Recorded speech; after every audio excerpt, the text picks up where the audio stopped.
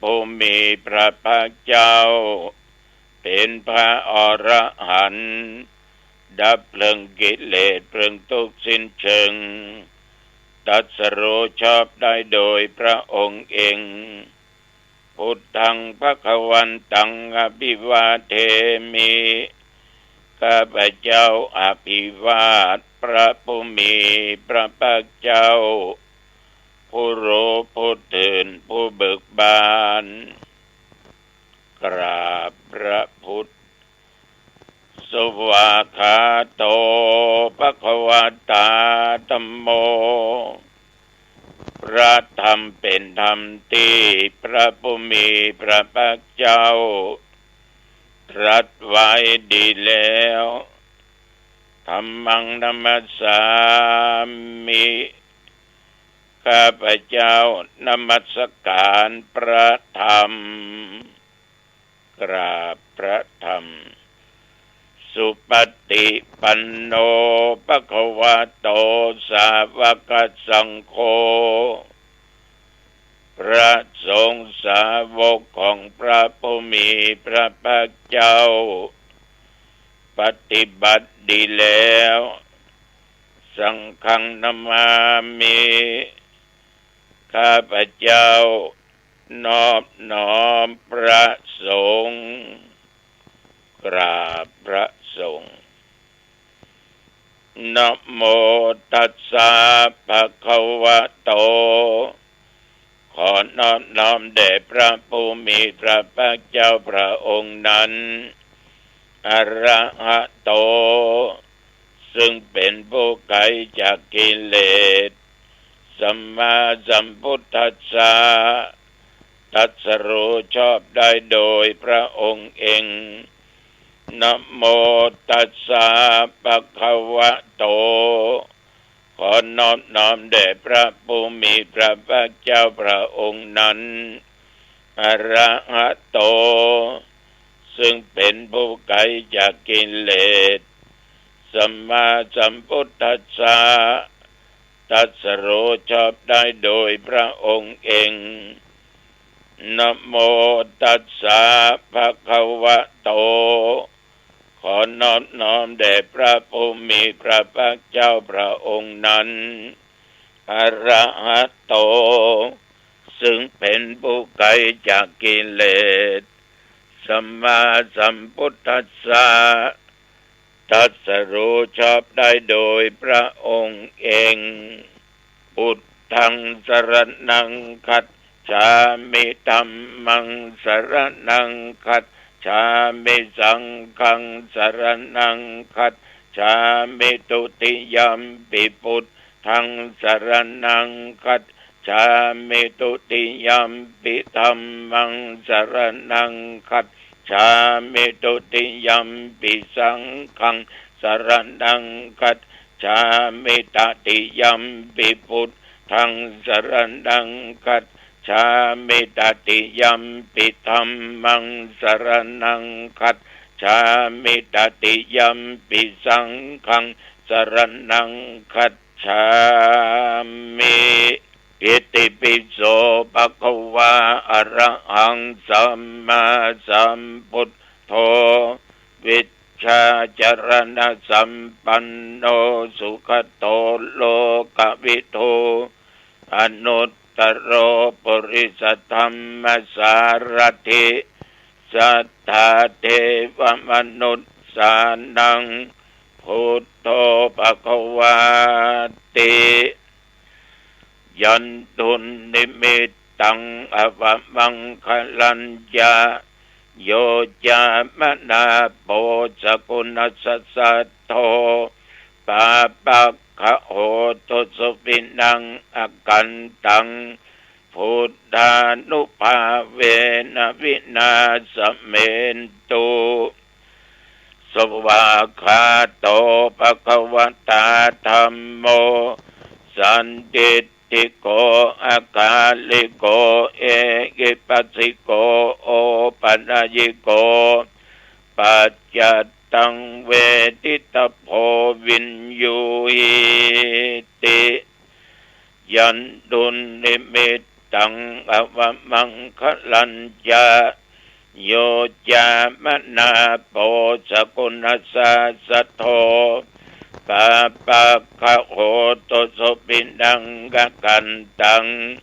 ธรรมานุภาเวนะวินาสเมนตุสุปฏิปันโนภะคะวะโตสาวกสังโฆ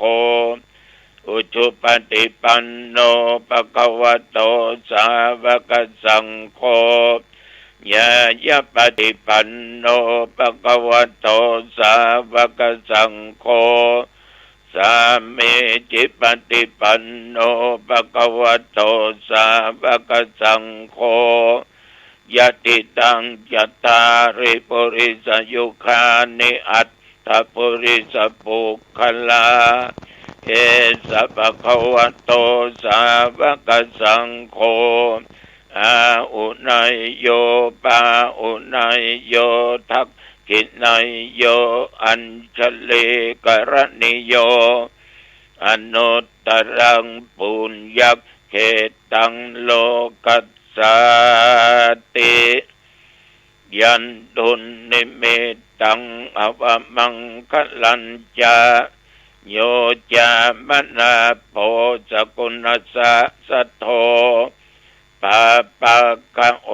ตุโสปินังอกันตังสังฆานุภาเวนะวินาสเมนตุ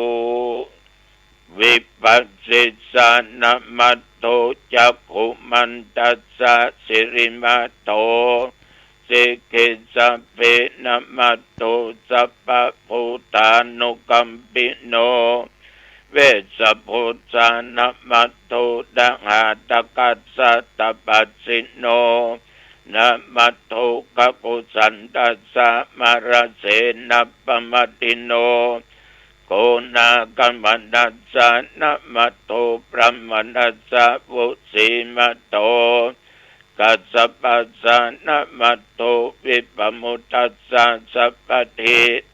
อังคีรัสสะสะนะมัตโตสักกัญญาปุตตัสสะสิริมัตโตโยอิมังธัมมเทเสสิสัพพทุกขาปนุตนังเยจะเป็นนิพุทธาโลเกยะถาปุตังวิปัสสิสุง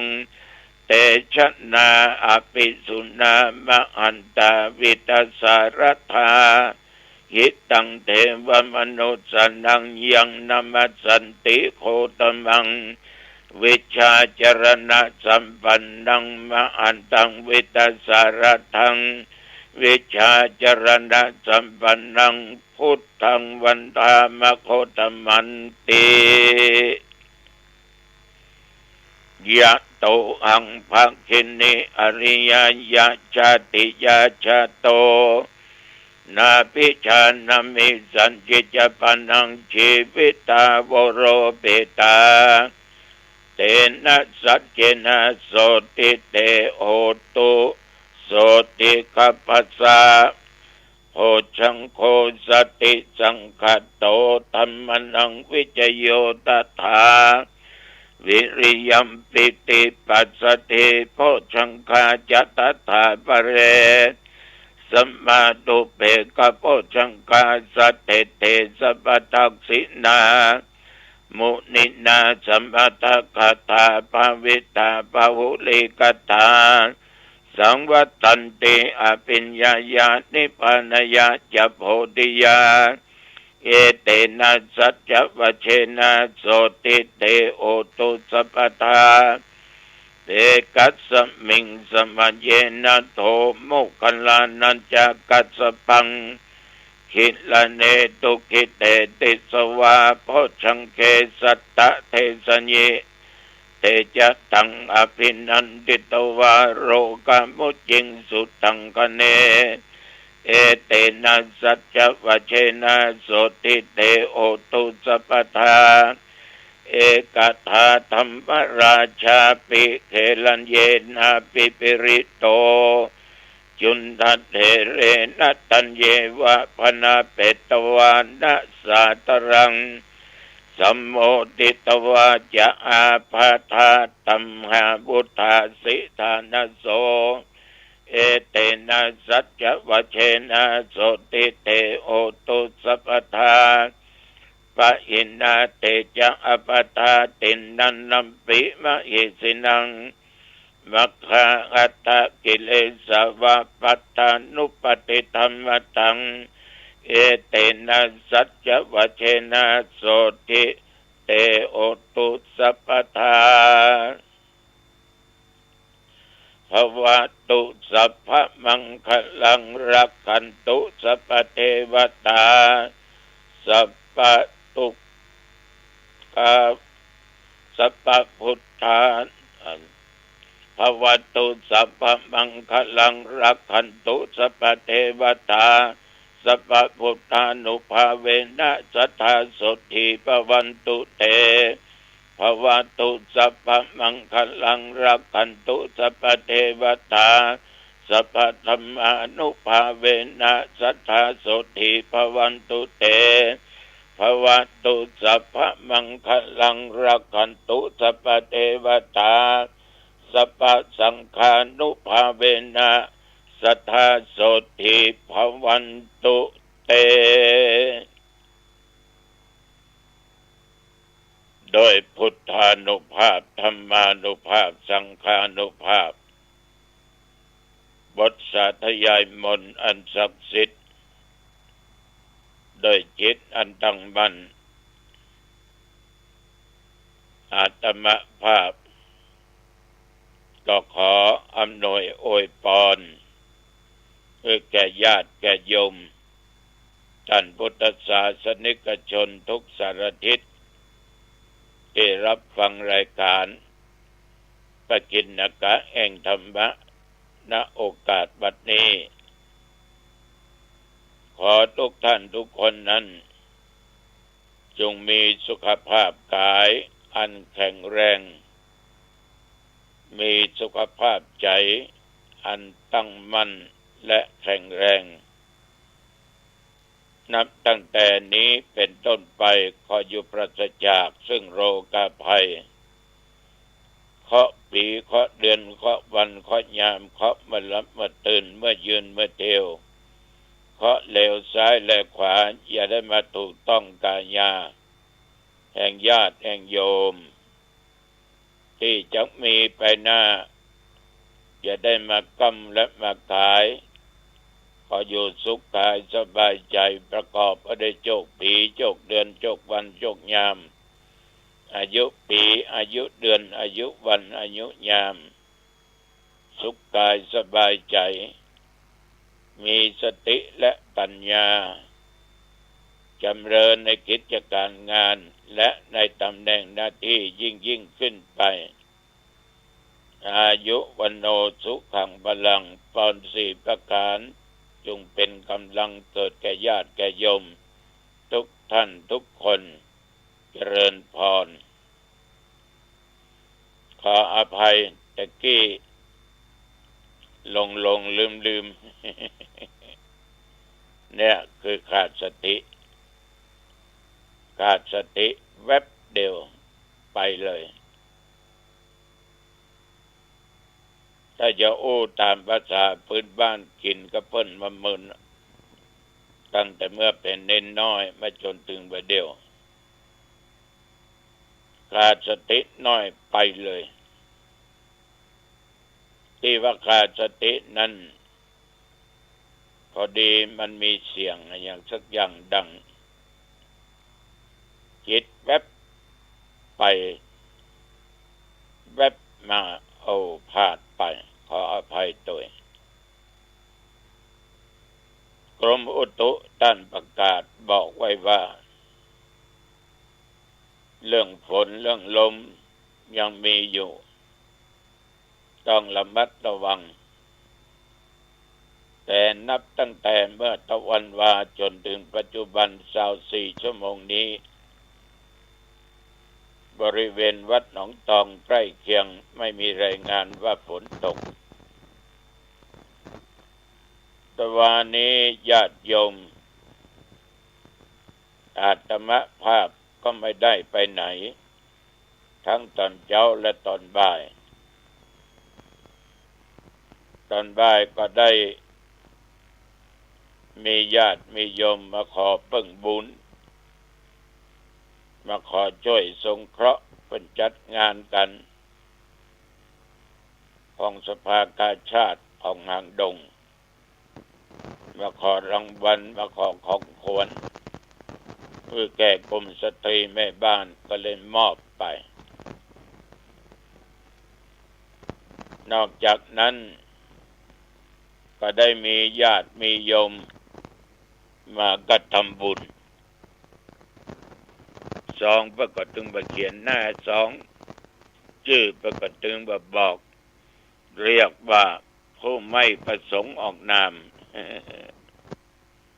ไม่ประสงค์ออกนามได้นั่งโอ้นั่งจากันเป็นอย่างนั้นหลวงพ่อครับเจตนา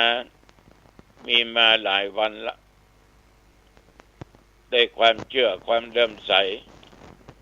ศรัทธาในตัวหลวงพ่อจึงมากระทำบุญวันนี้บอกชื่อกันเป็นอย่างครับผมตั้งใจแล้วครับกับครอบครัวจะมาก็นึกในใจสาธุพระใดญาติโยมจะบ่งชื่อก็ดีไม่บอกก็ได้บุญก็คือบุญคือสิ่งที่ดีที่เขาทำที่โยมสร้างโยมทำขึ้นมาก็นั่งสนทนาเรื่องบุญเรื่องบาปเรื่องลาภเรื่องยศพดไปถึงเรื่องโลกธรรม8ก็นั่งได้อู้ได้จากันท่านทั้งหลายโลกธรรมนั้นมันว่ามันเป็นอันตรายได้หลวงพ่อแต่คนเราถ้าหนีได้ลบได้ไปยึดมั่นถือมั่นในโลกธรรม8เนี่ยผมว่าสบายนะหลวงพ่อมีความสุขมีความสนุกนะจิตใจจะได้สงบเพราะว่าพระวงเพราะมันเป็นตัวกิเลสโอ้ธรรมาก็นั่งฟังโยมเทศน์ฟังหลวงพ่อเป็นนี้อายุเท่าใดละอ๋อถามอายุละจะเต็ม79แล้วนะเดือนหน้าเนี่ยจะเต็มละหลวงพ่อก็เหลือปีเดียวแม่งก็แม่นจะได้พ้นจากการเป็นเจ้าคณะอำเภอไปหลวงพ่ออะไรหาก่อนไปอะไรอย่างบ่ได้อะไรบ่เคยตึกบ่เคยคิดว่าอะไรอาจตำแหน่งหน้าที่อย่างเพราะหน้าที่เขาก็ถึงมีอยู่แล้วถึงบ่ได้เป็นเจ้าคณะอำเภอเป็นที่ปรึกษาเอาอยู่ในใต้ร่มพระกาสาวพัสต์เขาก็ต้องทำงานตามหน้าที่เคยทำมาอย่างใดอันเป็นที่ถูกต้องอยู่ตามทำนองคล้องธรรมตามพระธรรมวินัยเอาก็จะทำสิ่งเหล่านั้นสิ่งเหล่านั้นมันเป็นเพียงแต่สมมุติมันเหมือนกับเขาเอาสิ่งแท้ๆไว้ในจิตในใจผมว่าหลวงพ่อก็อย่างเงี้ยสบายดีสบายจิตสบายใจเพราะโลกธรรมเนี่ยหลวงพ่อมันทำให้คนเราลุ่มหลงและลืมเนื้อลืมตัวถ้ามันมีนักมันยึดมันจะขาดสติจะตั้งอยู่ในความประมาทจะเกิดความเลินเล่อเหมือนกันมีข่าวออกทุกวันเนี้ยหลวงพ่ออ๋อยกสิ่งที่เกิดขึ้นเทศน์ให้ทุกเจ้าฟัง แ ตมานั่งฟังก็ชอบอกชอบใจเนาะแต่น้อยโยมเนาะคนเราได้มีจิตใจอยากได้ลาภอยากได้ยศอยากได้สุขอยากให้คนนั้นคนนี้สรรเสริญนี่มันจะหลงแล้วน้อยโยมเนาะครับหลวงพ่อตัดสินได้นะดีที่สุดผมขออนุโมทนาผมเชื่อมั่นในตัวหลวงพ่อมีศรัทธาในตัวหลวงพ่อฉะนั้นผมถึงมากินมาทานขอบใจนักๆนะโยมขอบใจหลายๆเด้อบางครั้งนะหลวงพ่อคนนอนเนี้ยบ้าเป็นตุเป็นพระเป็นคฤหัสถ์ชาวบ้านอย่างว่าใหญ่ก็ เราจะฟังประเทศเราฟังหรอกบางครั้งเคยได้ยศถาบรรดาศักดิ์เคยมีลาภสักการะเสื่อมลาภไปจะเสียอกเสียใจน้อยอกมองใจโอ้ยมธรรมานี่ไม่มีทางขนาดยมเนี่ยอยู่ที่ไหนที่เบายังมาอ่ะแม่นกว่ายมครับหลวงพ่อจะมาเสื่อมจากลาภมาเสื่อมจากยศโหผมได้เป็นเจ้าหน้าอำเภอแล้วมันเสื่อมจากยศเลยหลวงพ่อต้องเป็นเจ้าหน้าอำเภออยู่ในจิตในใจของทุกคน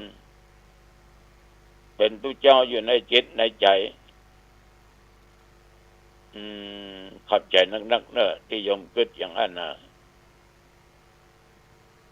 ผมว่าบัตุครับมีความสุขคนอถ้าตัดได้บ่ยึดมั่นถือมั่นแม่นมันจะเป็นทุกข์ได้ยังไง เพราะทุกอย่างนั้นเป็นสมมุติเมื่อเป็นของสมมุติเมื่อมีมาก็ต้องไปเกิดต้องดับมีวันนี้ก็มีพรุ่งนี้เหมือนเฮาเนี่ยเมื่อมีนักบวชก็มีคฤหัสถ์ชาวบ้าน